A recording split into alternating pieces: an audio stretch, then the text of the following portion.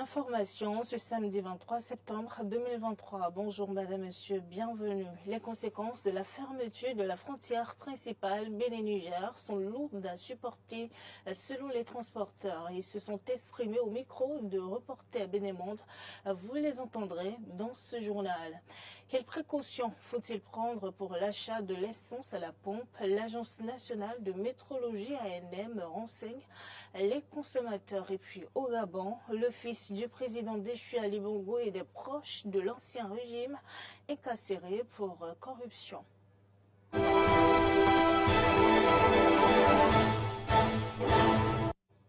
Merci de toujours préférer Eden TV pour vous informer. Nommée en Conseil des ministres du 13 septembre, la nouvelle secrétaire générale de la Cour constitutionnelle a été investie dans ses fonctions jeudi dernier. La cérémonie d'installation de Serapi Isabelle Aïssi Djonon Djato s'est tenue en présence du ministre de la Justice Yvonne Detchenou, du représentant du bâtonnier de l'Ordre des avocats, Maître Zachary Bababodi, des conseillers ainsi que du personnel de la haute juridiction. La nouvelle secrétaire générale a juré de bien et fidèlement remplir ses fonctions, de respecter scrupuleusement les obligations qu'elle lui impose et de garder les secrets de délibération même après la cessation de ses fonctions. On croit Dorothée Sosa, présidente de la Cour constitutionnelle. Beaucoup d'espoirs sont placés en elle dans le succès qui doit être le sien et qui doit être celui de la Cour et de l'institution tout entière. Les objectifs fixés doivent être atteints. Serapi Isabelle Aïssi Djonon Djato a été pendant 6 ans secrétaire générale adjointe de la Cour constitutionnelle. Le centre de perfectionnement aux actions post-conflictuelles de déminage et de dépollution a célébré ses doses de porcelaine. Autour de la table, pour la coupe du gâteau d'anniversaire, le ministre de la Défense nationale, le chef d'état-major général des forces armées béninoises, l'ambassadeur de France près le Bénin, puis le directeur du centre de perfectionnement aux actions post-conflictuelles de déminage et de dépollution. Ensemble, ils ont levé le verre pour célébrer le fruit d'un partenariat entre la France et le Bénin qui grandit.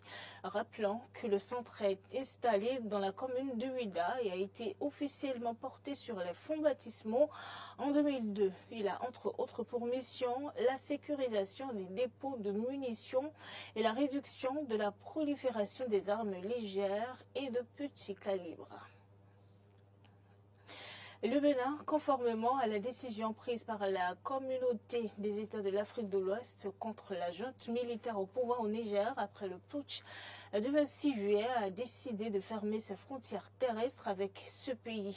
Une situation qui entraîne depuis lors de nombreuses conséquences pour les transporteurs. Nos confrères de Reporter Bénin-Monde ont recueilli les avis de quelques-uns. Suivez-le plus tôt. Que ce soit transporteurs nigériens, transporteurs béninois, eh bien, nous avons les mêmes problèmes. Beaucoup de marchandises sont en train de pourrir. Beaucoup de marchandises sont en train d'être volées. Beaucoup de marchandises sont en train d'être vraiment dénaturées.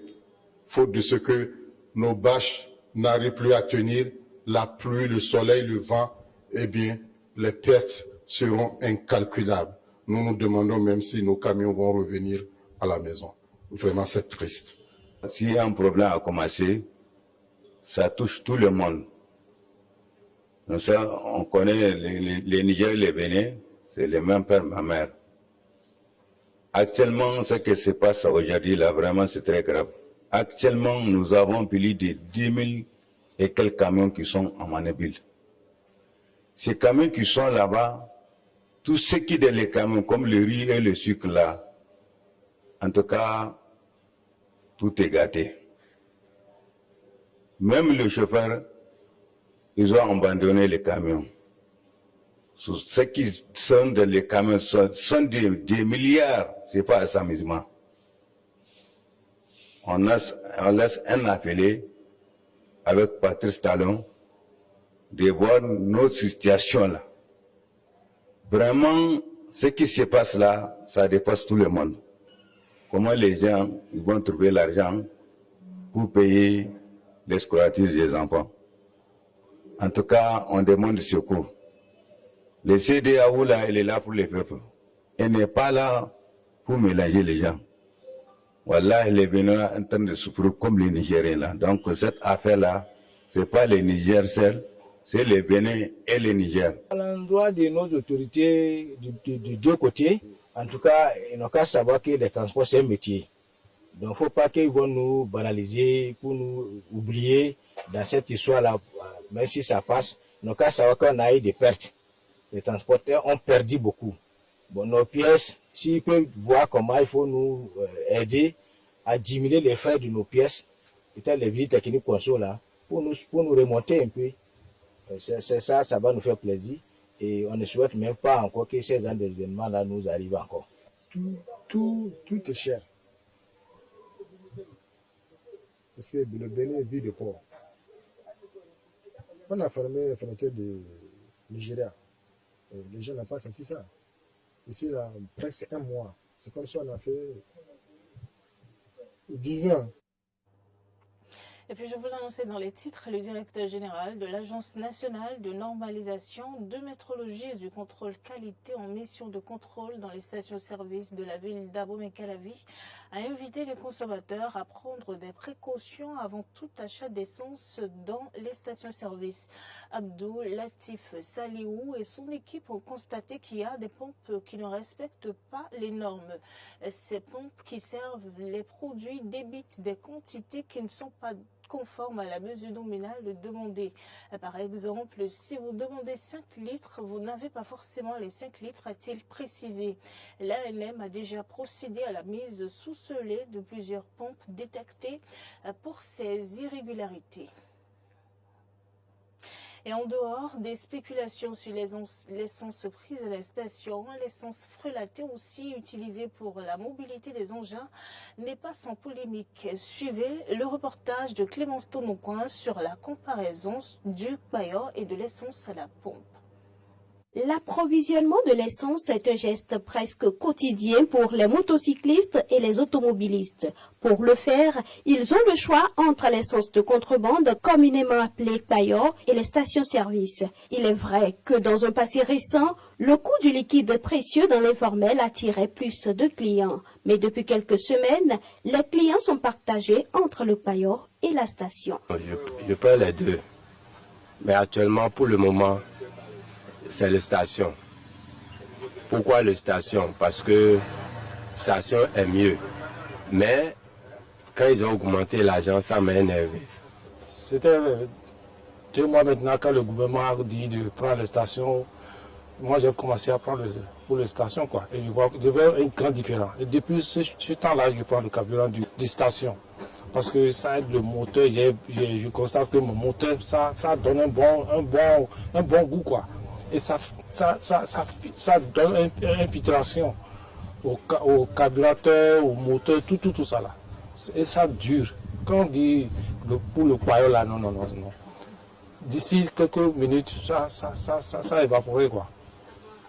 Avant, je prenais à la station et aujourd'hui, les prix ont augmenté. Voilà que nous sommes en difficulté financière, il n'y a plus assez d'argent dans le pays et tout est devenu cher. Raison pour laquelle on s'aligne au bord de la voie. Et pourtant, ces consommateurs sont bien conscients des inconvénients de l'usage du paillot. Surtout au niveau de la voiture, on a beaucoup d'inconvénients. Il y a les pompes à essence qui se bouchent facilement. Le véhicule ne roule pas normalement comme ça doit rouler. On a l'usage des becs injecteurs, de la pompe. Il y a beaucoup de problèmes quand même côté des injections. Et l'essence au bord de la voie, bon, c'est pas bon. Parce que c'est les liquides, ils ont laissé ça en vrac. Donc le vapeur, les liquides, tout est déjà quitté dedans. Donc la manière, si tu prends l'essence, 1 litre à la station, si c'est 2 km que ça fait, au paillot, ça va faire au moins 1 km. Bon, si c'est seulement une station que tu fais, bon, si la moto veut faire 10 ans, ça peut aller avec les 10 ans. Mais si c'est paillot, il faut savoir que c'est à 7 ans. Dans les garages automobiles, les pannes dues à l'utilisation de l'essence Payot sont légion. La pompe à essence, le réservoir et le filtre, aucun compartiment n'est épargné. L'approvisionnement en essence Payot fait que les voitures ne répondent pas bien parce que ce n'est pas filtré. Ça contient des saletés qui bouchent le bec injecteur, le filtre à essence et autres, alors que l'essence de la station est filtrée et ça alimente bien le moteur. Pour ceux qui prennent le Payot, parfois quand vous démontez le filtre, il y a de la boue et de l'eau. Ou bien quand la voiture cogne et que vous ouvrez le réservoir, il y a de l'eau dedans.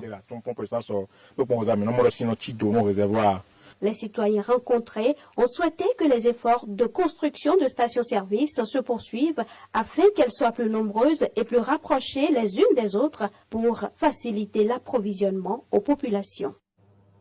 En dehors du Bénin au Gabon, 3 semaines après le coup d'État qui a renversé le président Ali Bongo Ondimba, un de ses fils et des proches du cabinet du chef de l'État déchu ont été mis en examen et écroués, notamment pour corruption. Reportage. À la suite de la proclamation des résultats des élections générales au Gabon et au coup d'État dans le pays, une enquête a été ouverte aboutissant à l'interpellation de 12 personnes. Le procureur de Libreville, André-Patrick Repona, a annoncé mercredi que 2 personnes avaient été mises hors de cause tandis que 10 avaient fait l'objet de l'ouverture d'une information judiciaire devant le juge d'instruction. Parmi les accusés, Noureddine Bongo Valentin, fils aîné d'Ali Bongo, et Jessie Ella Ekoga, ancien porte-parole de la présidence. Ces derniers, ainsi que 4 autres personnes, ont été mises en examen et placées en détention prévisoire. 2 personnes ont été mises hors de cause, tandis que 10 ont fait l'objet d'ouverture d'informations judiciaires devant le juge d'instruction. À la suite de ces inculpations, 3 assignations à résidence ont été ordonnées et 7 mandats de dépôt ont été décernés par le juge d'instruction. C'est le lieu de rappeler ici que les enquêtes se poursuivent et pourraient déboucher sur des inculpations supplétives. D'autres interpellations sont en cours. Les militaires, menés par le général Brice Oligui Nguema, ont renversé l'ancien président Ali Bongo au pouvoir depuis 2009, après sa réélection le 30 août, en accusant notamment son régime de détournement massif de fonds publics. Le jour même du coup d'État, les militaires avaient arrêté l'un des fils du chef de l'État déchu, ainsi que 5 autres hauts responsables du cabinet de l'ex-président et de son épouse Sylvia Bongo Valentin. Les perquisitions à leur domicile, retransmises abondamment par la télévision d'État, les montraient au pied de malles, valises et sacs débordant de liasses de billets de banque. Le 13 septembre, le général Brice Oligui Nguema, désigné président de transition, a annoncé la mise en place d'une commission d'enquête sur les marchés publics pour traquer les fraudes. Dans un contexte de forte tension avec des pays africains, la France veut se montrer plus présente dans le Pacifique, c'est ce que nous disent nos confrères de RT. La France va réduire son empreinte opérationnelle en Afrique et jouer un rôle plus important dans le Pacifique. Déclaration du chef de l'armée de l'air française. En effet, après avoir plié bagages au Mali, au Burkina Faso et plus récemment au Niger, la France n'a pas d'autre choix que de prendre le large. Nous sommes une nation du Pacifique. Il est donc normal que nous soyons présents dans le Pacifique. Les gros avions de transport devraient jouer un rôle clé dans le développement de la stratégie française dans le Pacifique, région dans laquelle la France a plusieurs bases aériennes, comme par exemple en Nouvelle-Calédonie ou encore en Polynésie française. Les forces françaises ont déjà participé aux côtés des États-Unis et d'autres partenaires régionaux à plusieurs exercices comme Talisman Sabre ou encore Northern Edge. Nous couvrons de plus en plus de zones dans le Pacifique. Nous serons plus présents à l'avenir. Le coup d'État au Niger en août dernier a déjà entraîné la fin du pacte militaire entre Paris et Niamey, l'évacuation de citoyens français du pays et l'assignation à résidence de l'ambassadeur français à Niamey, qu'Emmanuel Macron, le président français, qualifie de prise d'otage. Alors la France ne mettra pas pour autant fin à son soutien aux missions antiterroristes dans le Sahel. C'est en tout cas ce que dit le chef de l'armée de l'air française. Nous serons présents pendant un certain temps pour la formation, pour des choses comme ça. C'est une bonne utilisation des capacités de l'armée de l'air, en particulier des avions de transport. La France dit être prête à collaborer avec plusieurs gouvernements pour mieux comprendre leurs besoins et déployer des forces si nécessaire. Pas sûr que cette main tendue soit acceptée tant la présence française est actuellement décriée sur le continent africain. Et on va se retrouver à 19h pour l'édition du soir. D'ici là, portez-vous bien.